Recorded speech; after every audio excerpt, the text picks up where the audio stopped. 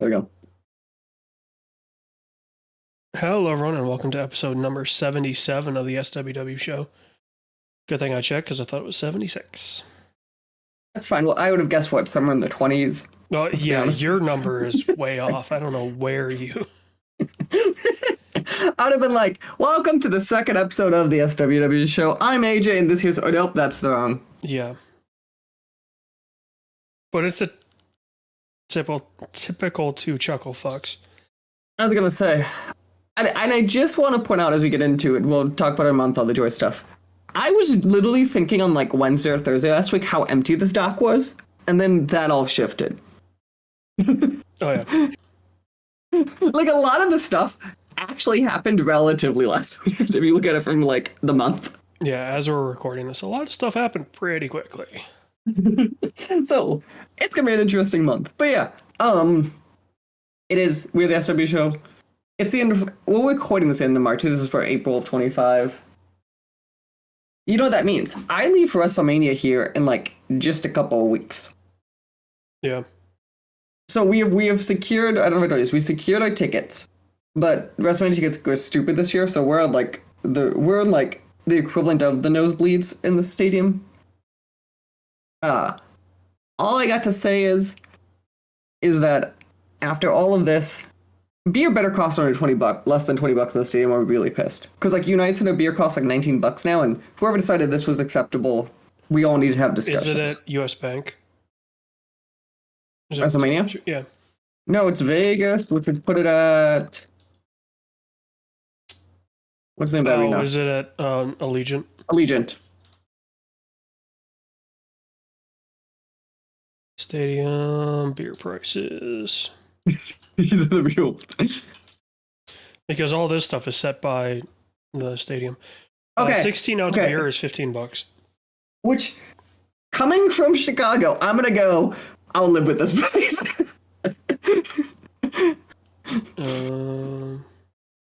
You know it's bad when we saw a concert the other week in Milwaukee, and I went, I get beer for like $12. It's a good deal.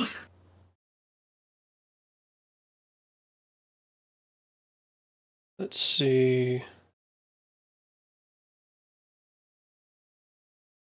That's sweet prices. I don't want sweet prices. No, we want real prices. 1075thefan.com out of who knows where. 107 has a list of the radio station. It looks like outside of Green Bay. Okay. It's also 93.5 the fan, if that. Yep. Yeah. I'm looking at the same. In 23, the average beer price at an NFL stadium for a pint was $9. In 24, it went up to $10.75. The most expensive in 23 was $13.75. Beer? Yeah, for a 16-ounce beer. Okay. So the Bengals at Paycor, you pay $6.80. Cleveland, it's $7.15. This must be an average price because there's no way they're listing. Yeah, I was gonna say I'm positive that is not an accurate price. US Bank, it's $8.05. US Bank is pretty cheap though. That one actually is not as. Okay, here we go. I was gonna say I'm waiting for the Atlanta Stadium because they are famous for how cheap their concessions are. I was gonna say that one's cheap. I always think of them, and I think of for baseball, the Mariners is another one that's like notoriously cheap. It's $8.50 there.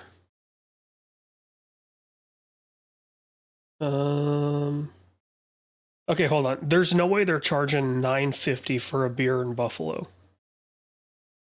How many people go to Buffalo Bills games though? Well, it's usually sold out, and I mean they're shit faced when they walk in, but okay. 14, okay, so 15, Buffalo Bill 16, 17. Buffalo 19. beer, I can get. Yeah, what the hell? They're trying to argue this is not accurate. Okay. What is a beer? What is a beer? Okay, so the Raiders are listed at 31st at For the record, $14.99. no, this is correct. The average beer at Buffalo Bills Stadium is $7.75. Yeah, okay. Well, check the data too, because they said this is potentially 24. Oh, yeah. So I don't know. I don't know if that's going to be true this year, but apparently, yes, they're fucking cheap. Yeah. Which I did not realize that. Okay, so a slice of pepperoni pizza is $14 at Allegiant. So there's no way a beer is only $14.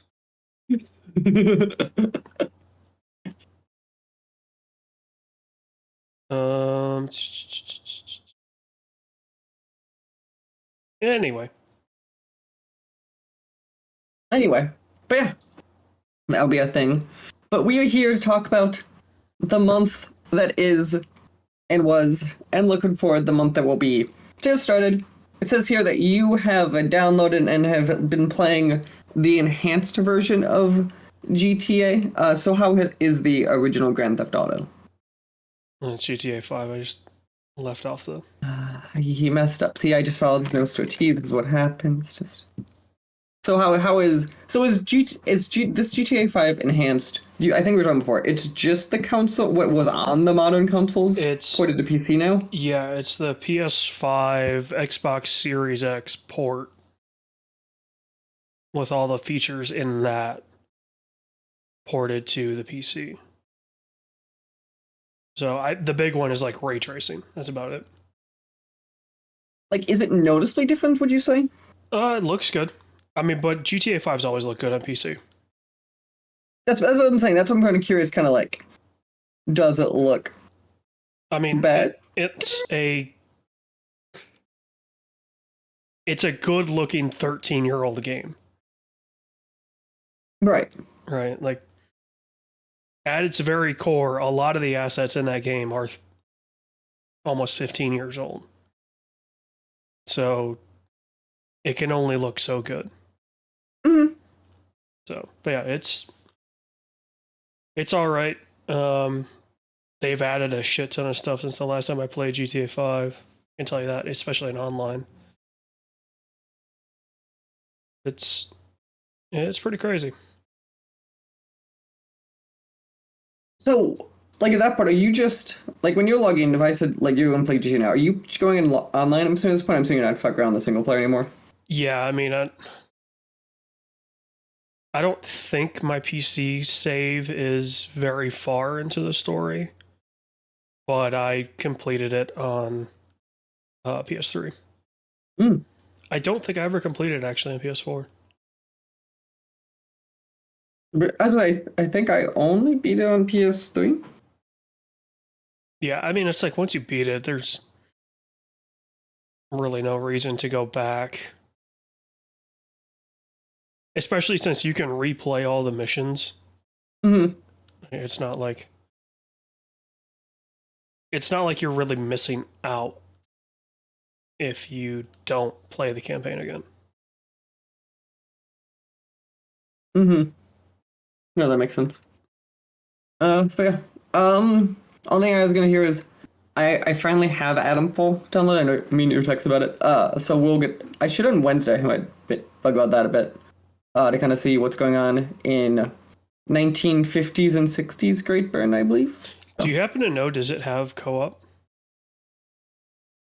I don't know, actually. Let me look. I thought of single player only, but I could be wrong. Because if it's got co-op, we could play it. Adam. Only single player it looks like on Steam. Yeah, I have family sharing, but it says single player.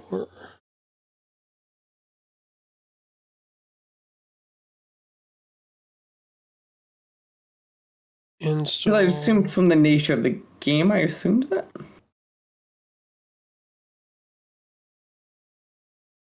Yeah. Playable, yeah, it doesn't say anything about it, but also, if people are interested, just to know too, it's only a $50 game, so it's not.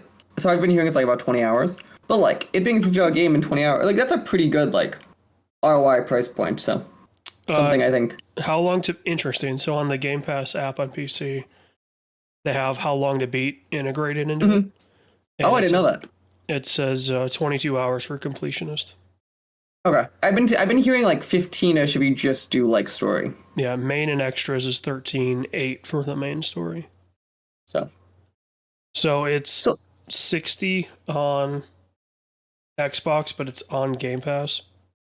Oh, it's 60, so it's only 50 on PC. So it is actually cheaper on PC then. Yeah. I didn't realize that actually. I mean, there's a lot of games that are like that. Fair. I just assumed, just because it had like a simultaneous like Game Pass launch, I just assumed it was kind of universally the same price. Developed by Rebellion. Good old Rebellion. But yeah, I'll have more updates for you guys for that one soon. Otherwise, jumping into what we've seen. This was a fun month, I think, is for me. I wanted to shout out first, I think we've talked about. I saw Honora, obviously Best Picture winner of this last year. It is fair to say in this film that they do not leave an ounce for the imagination. Is that a good way of saying it? So remind me, have you seen Honora? Remind me of this again. I haven't. I've seen a lot of clips from it though. So okay. So my honest opinion is I don't think Honora is bad. I'm about to say is not saying it's a bad film. I just think it's a combo film of. I actually think it might be to a point where it's so sexual that it doesn't make sense. I think even in the nature of the story, trying to tell, it's trying to kind of show this real thing. I also think there's a lot of. I tend to like these stories where it's like you just kind of drop in a world and you go and it tells a story. But I do think there's a lot of like, because it does that and it tends to tell a story that like, let's be honest, we're not sex. We aren't involved in the sex industry, right? Or strippers and stuff. Like I understand maybe this is real to that world, but I think there's a lot of. I've been thinking of this. I think there's a lot of movies where a story can be more realistic, and I think that makes it less of a good like movie story in that way, right? Yeah. So like. Infamous, like war is a lot of times actually pretty boring, but like when we tell movies, we tend to tell this very streamlined version of a war to make it seem like entertaining for 2 or 3 hours.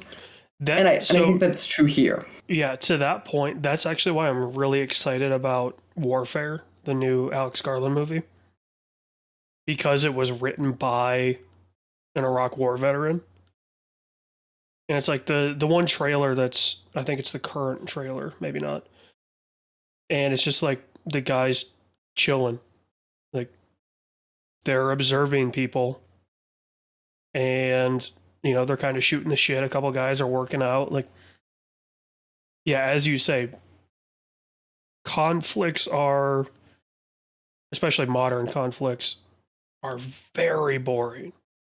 Yeah, like obviously you tell stories from them, but like 90% of that time it's sitting there. Yeah. All Quiet on the Western Front handled that so well.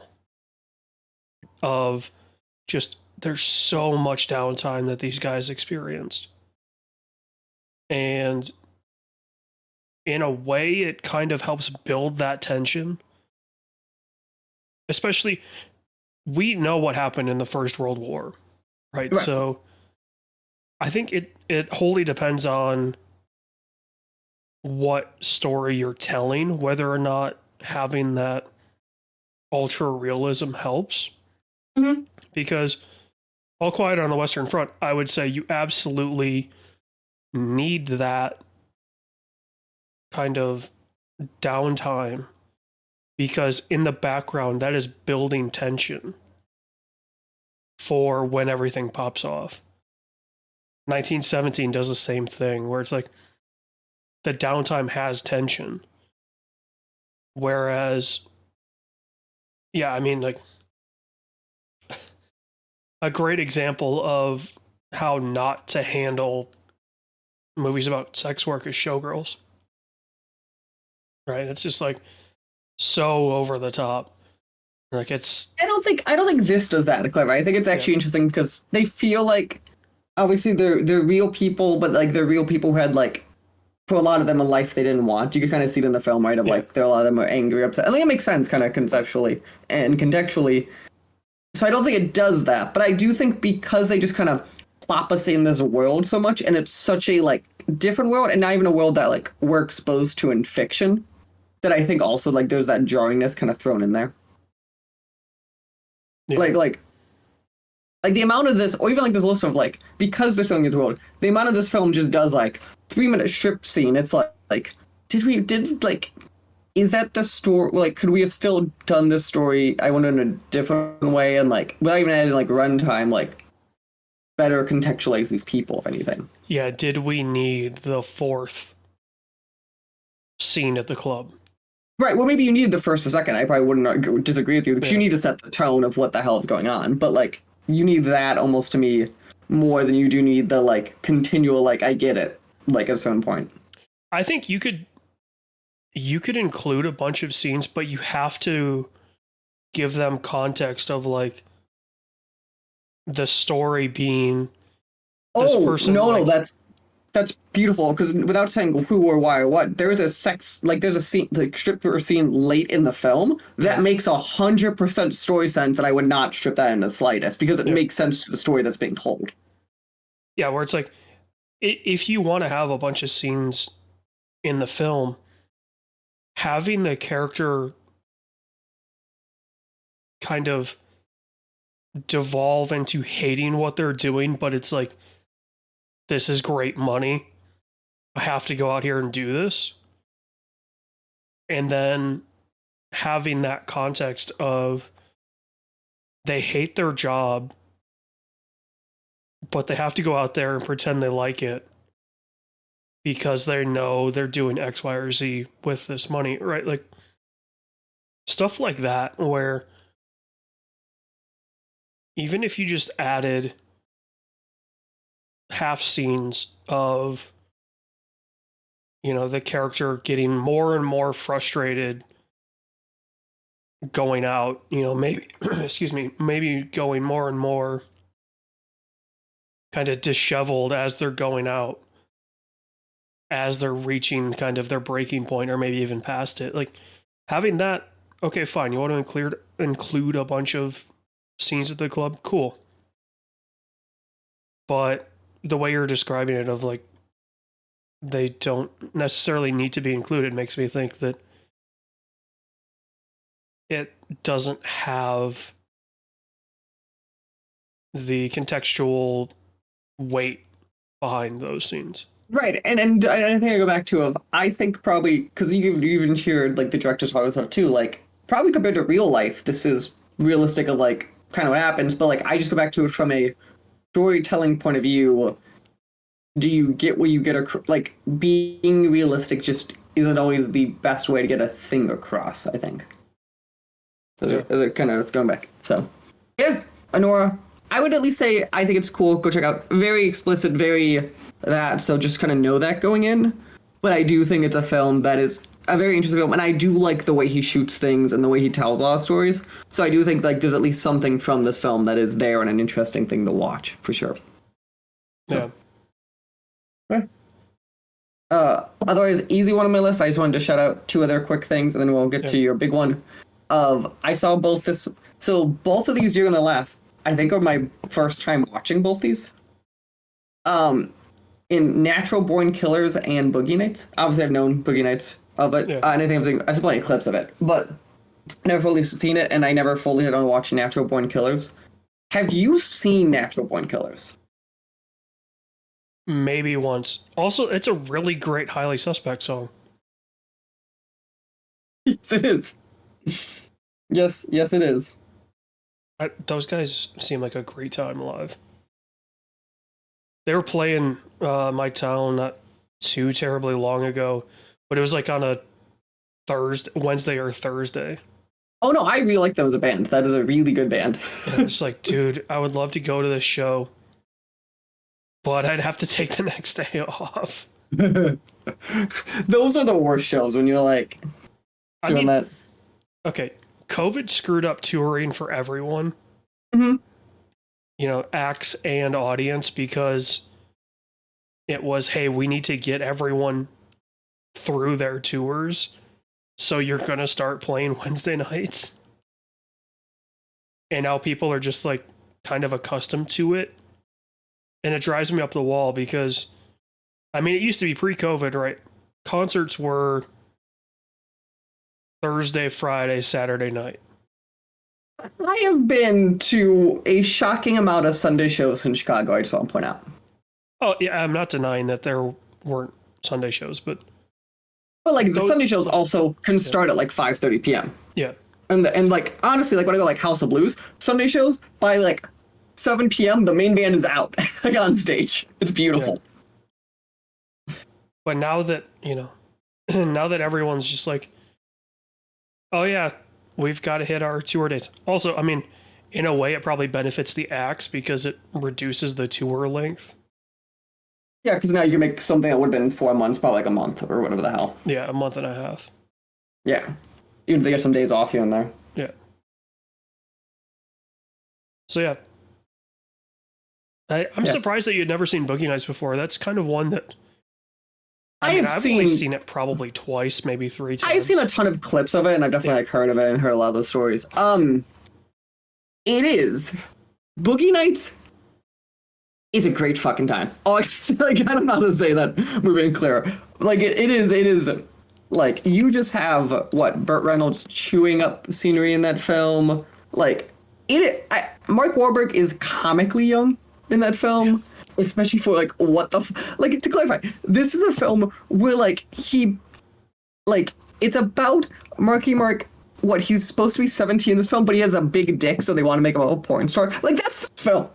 Yeah. Yeah, welcome to... It is. Welcome to films in the 60s and, 70s and 80s. But, like, again, it is, I don't know, like, it's just go check it out. No, it's inappropriate. It is not a family film. It has, like, a cast of, like, Mark Wahlberg, Julianne Moore, Burt Reynolds, Don Cheadle, John C. Reilly, William H. Macy. My favorite's Robert Downey Sr.'s in this film. Like, it's the most random Philip Seymour Hoffman in a great fucking part. Yeah. So, I would tell anyone go check out the Boogie Nights and the Natural Born Killers if people are curious. It's a fucking fucked up film and written by Tarantino, like, right as he's getting famous. So, yeah. It has, what's to me about interesting in that film is never really seeing it, is you can see where Tarantino gets stuff in Pulp Fiction, a bunch of his later films, ideas-wise, from this film and, like, what he wrote originally in Natural Born Killers. Yeah. Oh, that's right. So. Boogie Nights was 97. Yeah. So, yeah, those are the big ones there. Jumping in for you, it says here that you have watched or are watching a Reacher. Or you finished Reacher Season 3? Yeah.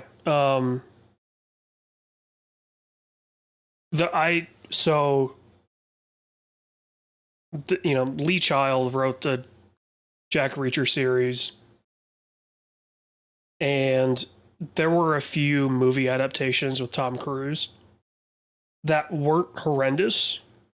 Because I remember people liking them. The second one's not great. The first one's pretty good. The second one gets too into like familial stuff with Reacher, and that's just not his character. And the show is, each season is a book, roughly. And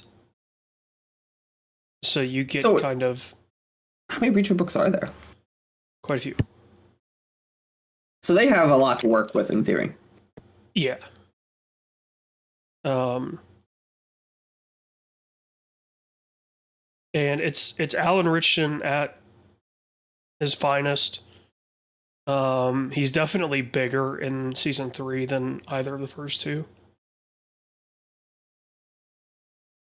which is very impressive. And the one thing that drives me nuts, let me see if I can find that guy's name, because they purposely went out to find a an actor that was bigger than Alan Richardson to be one of the baddies. Is that possible? Um, we walk into the thing. I saw pictures of Alan Richardson. That man is his neck. Like that man's neck alone, I feel like could kill someone. Olivier Richters. He was in Black Widow as Ursa Major. Jesus He's Christ, 7'2".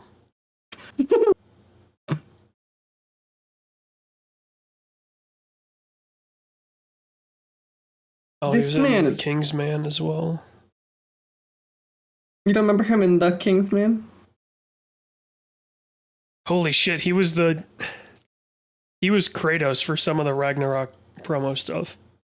Okay, that should tell you, like, alone how big this guy is. Yeah. He was in 2 different James Bond films, by the way.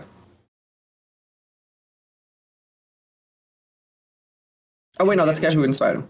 No, that was, never mind, I meant to read that quote. I was gonna say, he hasn't been acting that long, so...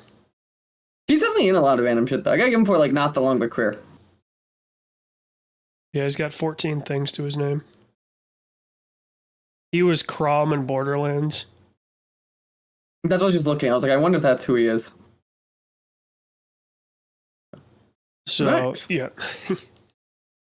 He's a monster. Literally and figuratively. And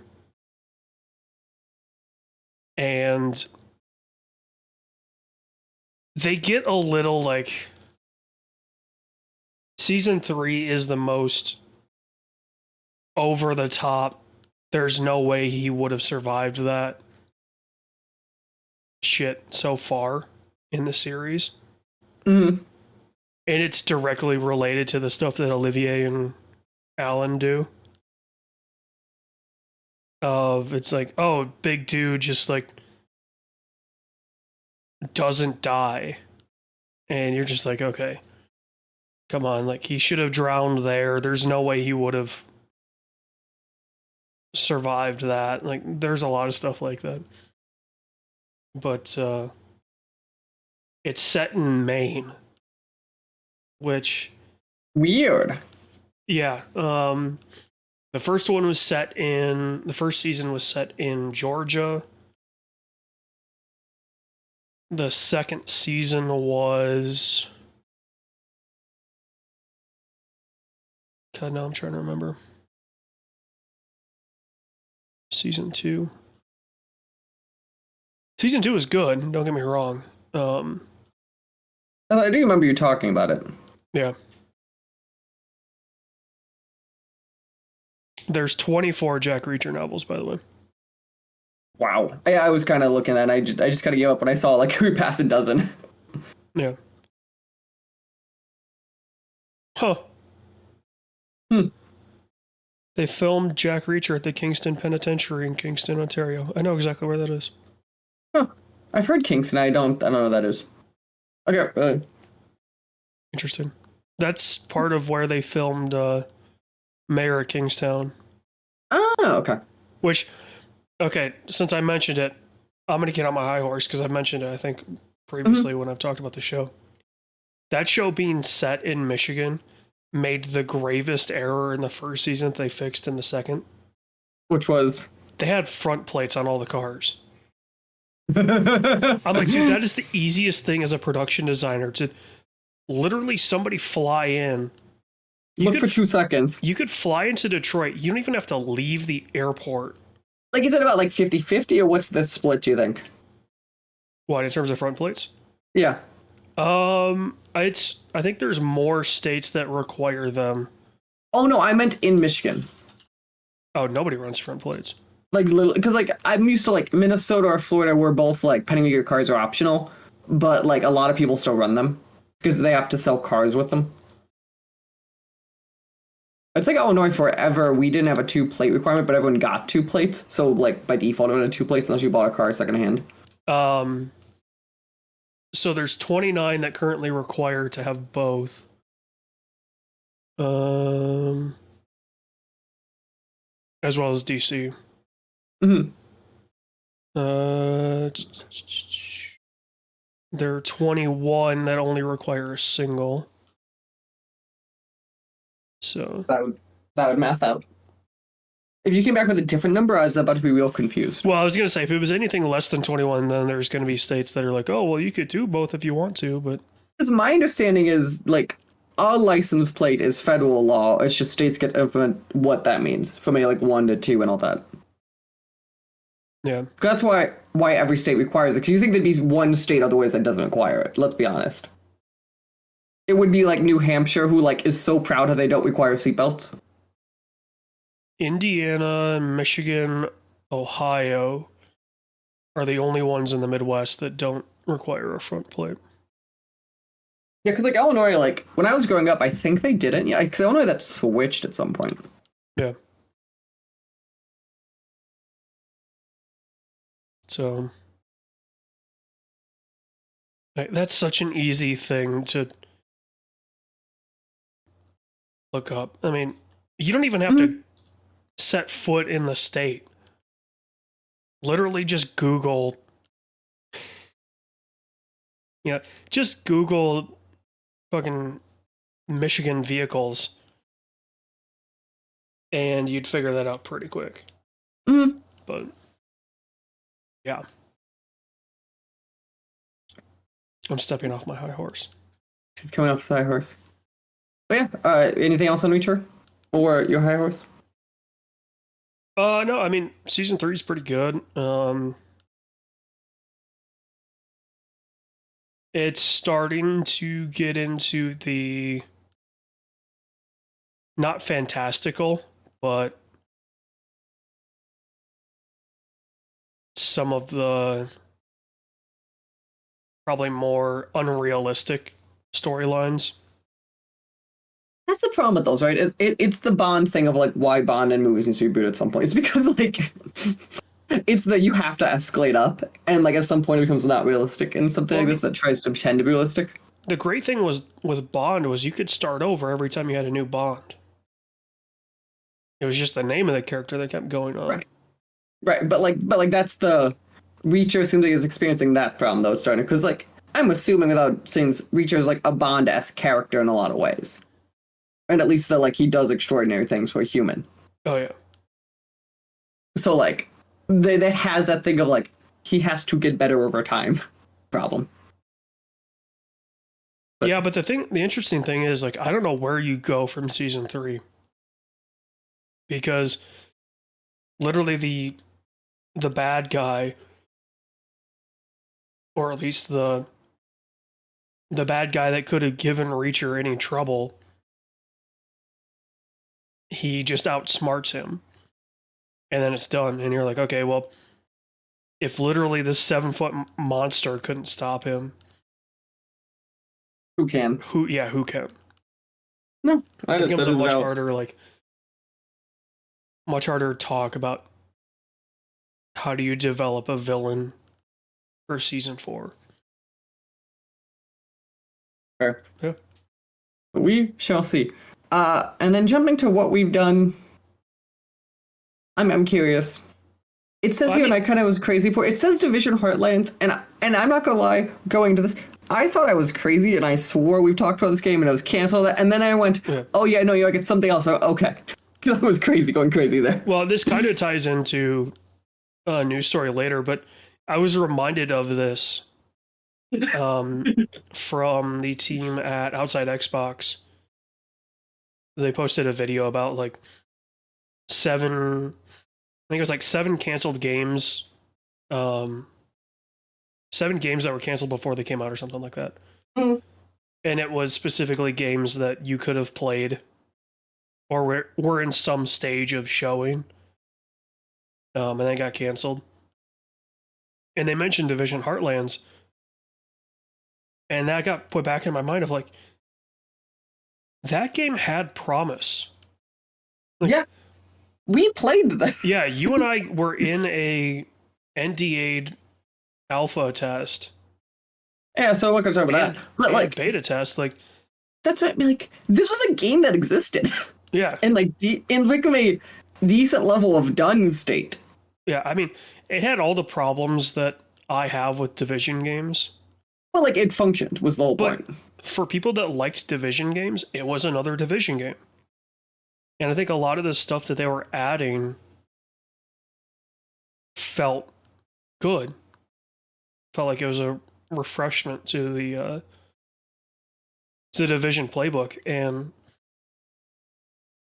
you know, you look at how AC Shadows is doing, and you think to yourself, they could have had Division Heartlands as their live service game for this. It probably would have been out this past winter, if I had to guess, or even earlier. Yeah. And so you're just like, okay, Ubisoft is complaining about money issues, and yet they canceled a live service game that was almost ready to ship. So, which goes along with the news story that we have about them. But yeah, we're gonna get to them here in a bit. But yeah, there's a lot of Ubisoft business questions that like that's a good example of like even if what I don't understand when you get to like a nearly done game, especially if you're like I understand it from a like broad metric of hey, our concern is like we don't have the cash to like finish it up and do that, right? I understand those. Or if we're a company with a ton of cash, I understand our reputation matters.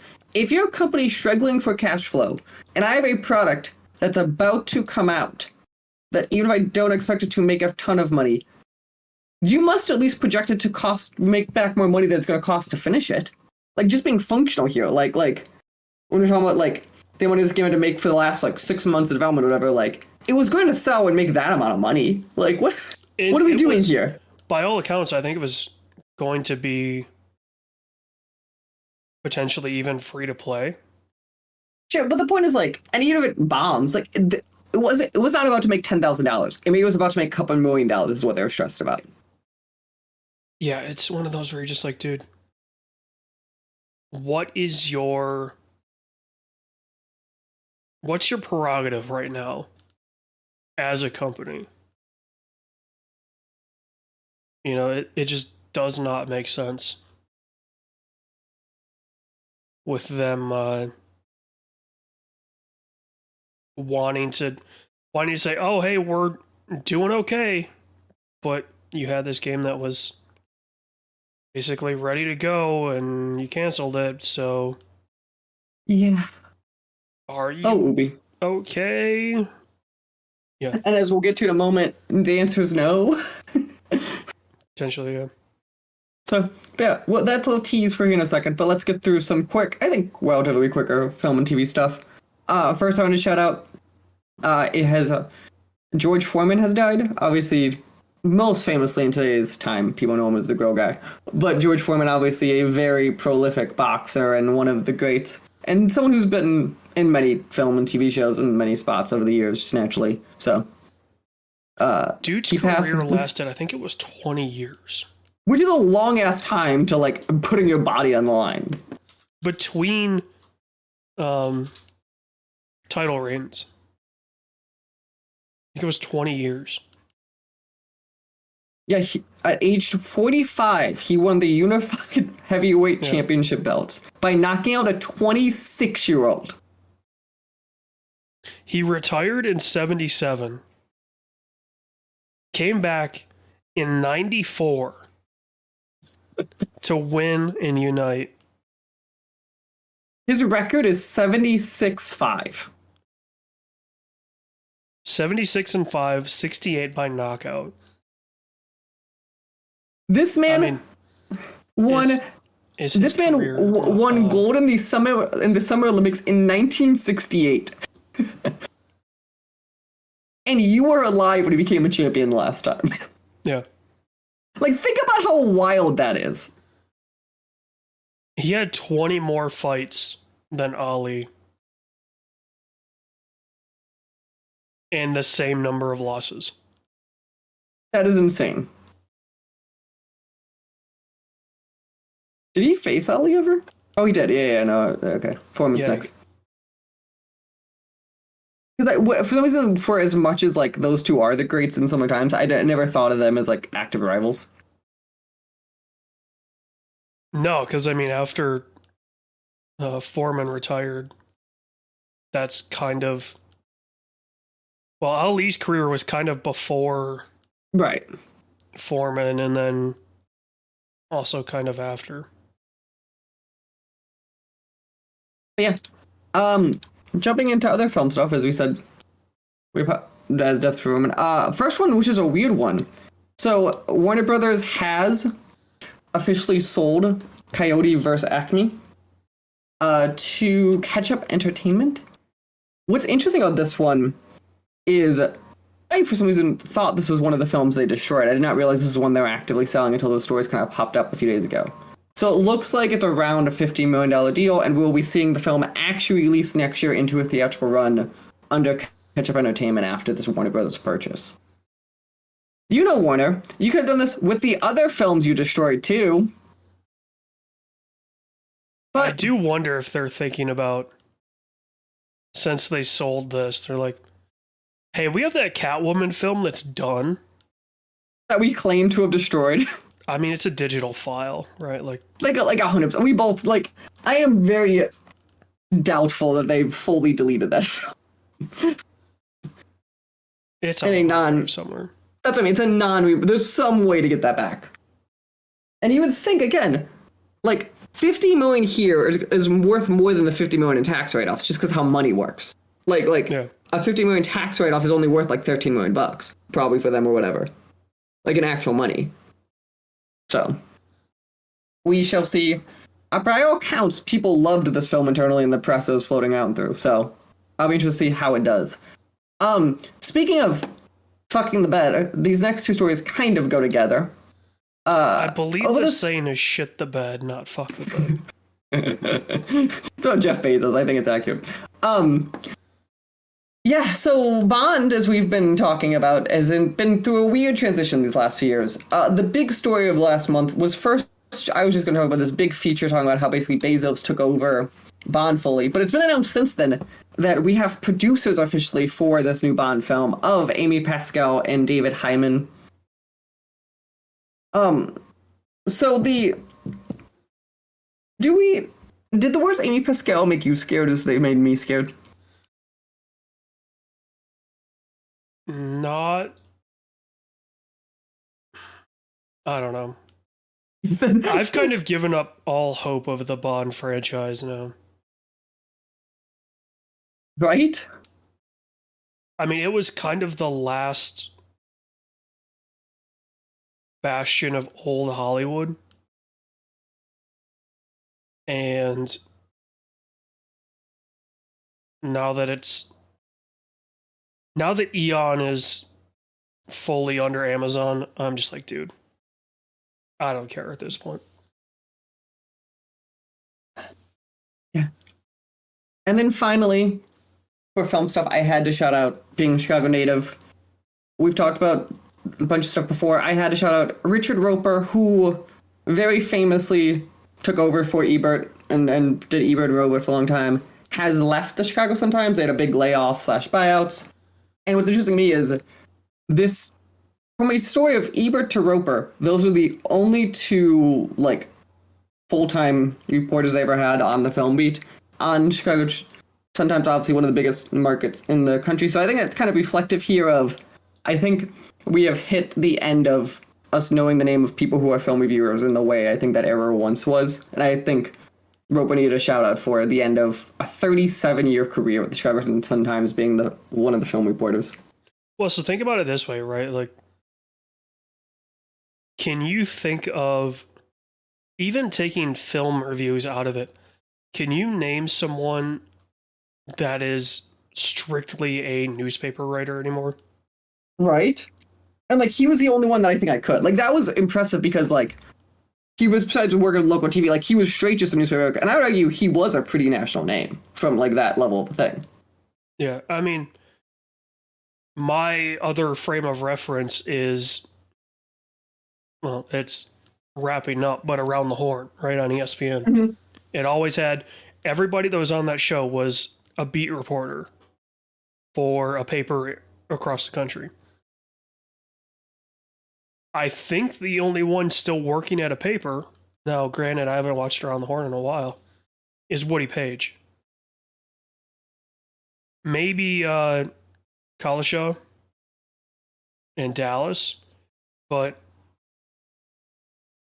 I can't name another person famous for being a newspaper or even a news entity of that kind. No, that is true. So we shall see what happens next. Someone that we had to shout out here. Jumping down, the only trailer for this month I wanted to shout out was Lilo and Stitch. Comes out in May. I think it looks good. It's one of those live action ones. I think it seems like they actually know the source material more than I think the other live action Disney ones have. So we will see kind of how it does.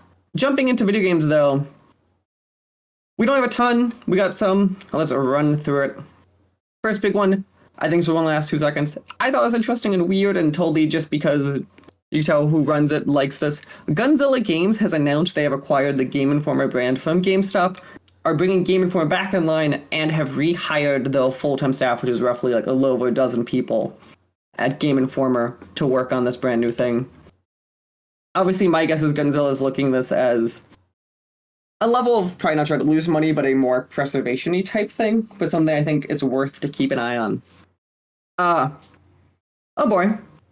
Jumping in, we kind of talked about this a bit, but Ubisoft here. So Ubisoft has officially announced the creation of basically a new subsidiary. So there's Big Ubi, as we all know them, which will keep a lot of brands that we secondhand think of Ubisoft. But then there'll be a new subsidiary, which is the core part of Ubi, which includes Assassin's Creed. It includes Far Cry, and was it the Division? Was it Tom Clancy? Oh, Ghost Recon. Yeah. So what that means is, and these will all be basically created with a capital infusion from Tencent.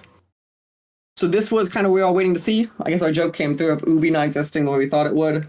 This also happened kind of right on the parallel of Shadows coming out. It's interesting. But yeah, we now have a new Ubisoft, kind of. My guess is what they really did is they shielded conceptually the three core brands they cared about, and then kept all of the bad debt and stuff with the bad brands, is my guess from a like money point of view. But I don't know if kind of you had any other take kind of there of what the hell they did. I mean, this is a classic like private equity move. And with the with the current stretch of PE stuff starting to fail, I think the writing's on the wall for Ubisoft. I think this bought them time, though. Potentially. That's why I think this. I agree with you conceptually. I don't think this saves them, but I think it bought them time. So. You know, does it buy them time for the next Ghost Recon game? Potentially. Does it buy them time to get AC Infinity out? Hopefully, I guess. I forgot that was a thing. Yeah. No, you're right. Yeah. Now jumping into the next one, which starts the string of bad news, like always you end these months with. This was an interesting story. So basically there's, we don't know, game actors have literally been on a strike for basically a year now. So currently what that means conceptually is the reason games haven't stopped coming out per se is obviously a bunch of it could have been front-loaded voice work or / companies are allowed, the union has come up basically like a set of guidelines that if companies follow, an individual company can, quote, break the strike line if they're basically willing to sign these new things, and it's basically a Singapore with basically a couple of the big companies instead. One of the big ones here is that basically game companies want to be able to use basically voice work or whatever produced and then AI it and kind of reproduce it in their own way, kind of using a lot of film contracts kind of do this currently. I'm going to be curious kind of when we hit this breaking point, because here becomes the thing that I'm unsure of, and I'm curious of your take, obviously, kind of looking at this kind of even with like the workers in mind here is the thing here that I'm very curious about is, especially as the games industry becomes softer, right, which is fair to say over the last couple of years, it has been, at least from a release point of view. Does that create almost like where the voice, when there was a ton of content, the voice actors almost had more power, right? Because there's a lot more content, there's so many of them that people want to work with. As that content pipeline draws down, I'm curious if the reason the strikes lasted so long is partially because like there's less power on the actor side now than there was before. Just because of the nature of they need less content, they need all this thing, so like that becomes naturally more competitive too. I mean, from the, I guess, from the side of the voice actors, they are potentially nearing the breaking point of studios just going to find non-union people to do it. That's the other thing too, which all of this is like, that's always an option for them. Obviously you're gonna lose a lot of voices, but like pending, like, I'll give you a good example. Like Fortnite has a lot of voice acting. Does Epic really care what's a voice you know? Right. And I mean, like, especially, you know, yeah, it gets interesting of, obviously with performance capture, that's a completely different standpoint of, all right, well, we're taking your likeness as well as your voice, you know, maybe not their full-on like facial scan, but the likeness in terms of your movements and stuff like that, and putting that in the game. I think a great example of this would be the next trying to think of like a licensed game that would be coming out. Yeah, those would be what's interesting. Like, how do those like? Yeah, Right, like I mean, it's already probably recorded, but Wolverine. Mhm. Right. If you want to make something that looks like a Hugh Jackman face, much like they did with Indiana Jones, and how it looked like Harrison Ford, and then it was Troy Baker's voice. If you want to do that, it doesn't have to be a Troy Baker or a Nolan North or somebody like that. You can just find somebody that's non-union. Sure, there's a bunch of people that'd be willing to do it. Right, and this is where I'll be. And I'm not saying I want the actors to face this pressure, but like, I am curious that we're starting to hit those realities very quickly. I mean, I see where they're coming from, right? A lot of this revolves around AI and ownership and things like that. I get where they're coming from entirely. I'm not saying they're wrong from the I want this solved point of view. Right. It's just more the like you have to look at the being realistic in your demands at some point, I guess. And a year strike, I'm curious, kind of. We're probably past the lexicon of they're assuming the union breaks before the studios do. I guess the thing I was going to get at with the AI stuff was like, that may be figured out without the studios, without this taking place, right? Like, there's several court cases going on, especially in the EU, where ownership is going to be decided. Right? Like, can somebody take work that you've done for them and build a model around that? and kind of, if you're going to create a language model or a voice model, let's use Troy Baker for an example, and you're Sony, and you've got all this dialogue from Troy Baker and all the stuff that he's done for you. If you then go to build a language model, a voice model around that to mimic the voice of a known person, what does that, basically what does that fall under in terms of, are you is the human voice copyrightable? I guess is basically the question that is going to be answered. And that is interesting because conceptually, I don't know if the answer is clean. Because everyone's going to say, yes, it is. You're like, well, is it though? Like, because like, I while don't it's think technically it'll be unique, you get something real close. Do you get something real close? Because that could be the argument too, is when I start looking at audio waves, what if it's a little bit different? I don't think it'll be, considered copyright. It'll be potentially trademark. So that's where. But here comes the weird part. Impressions aren't illegal. Correct.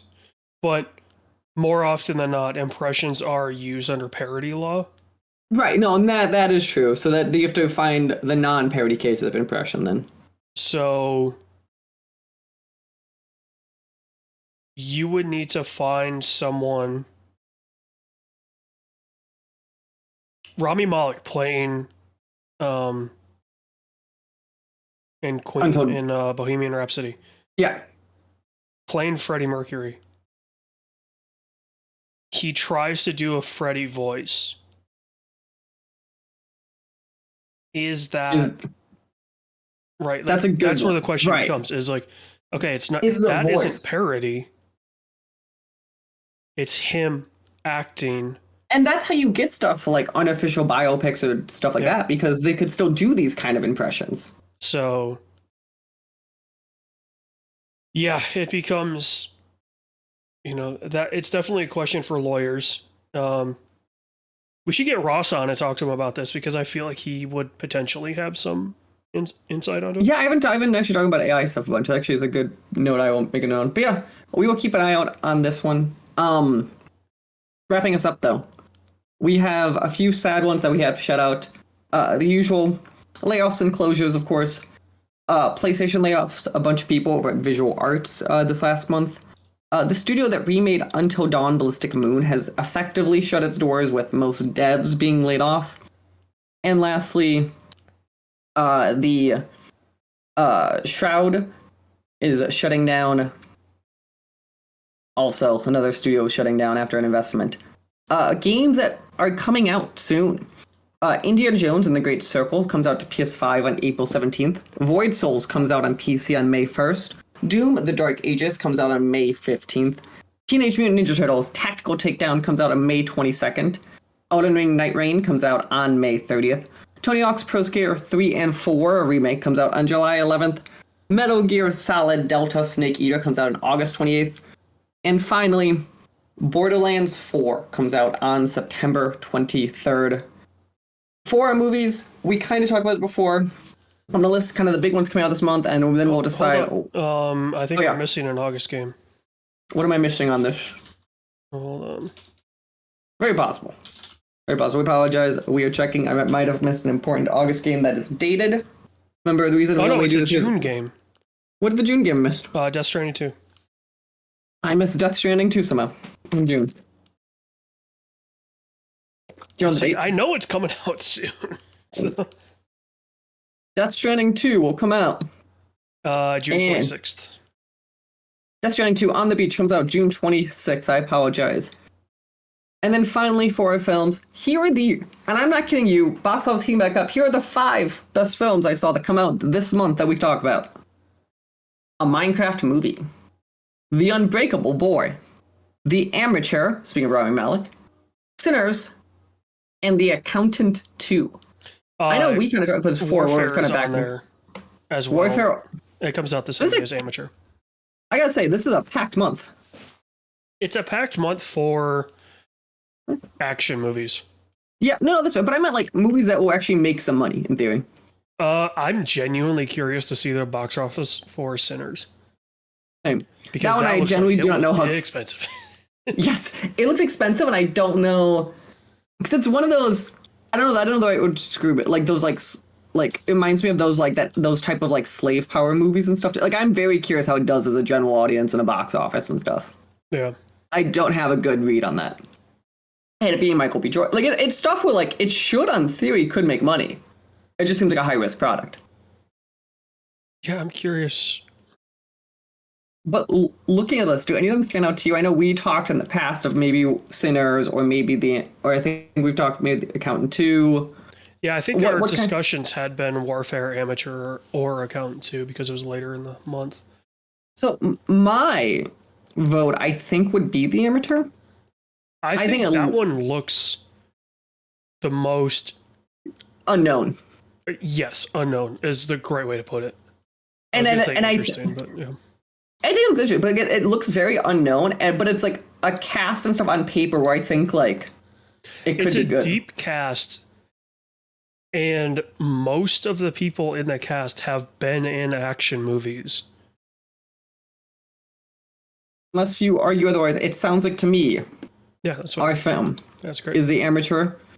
Go check it out. Starring Rami Malek, Amateur, Lawrence Fishburne, Rachel Brosnahan,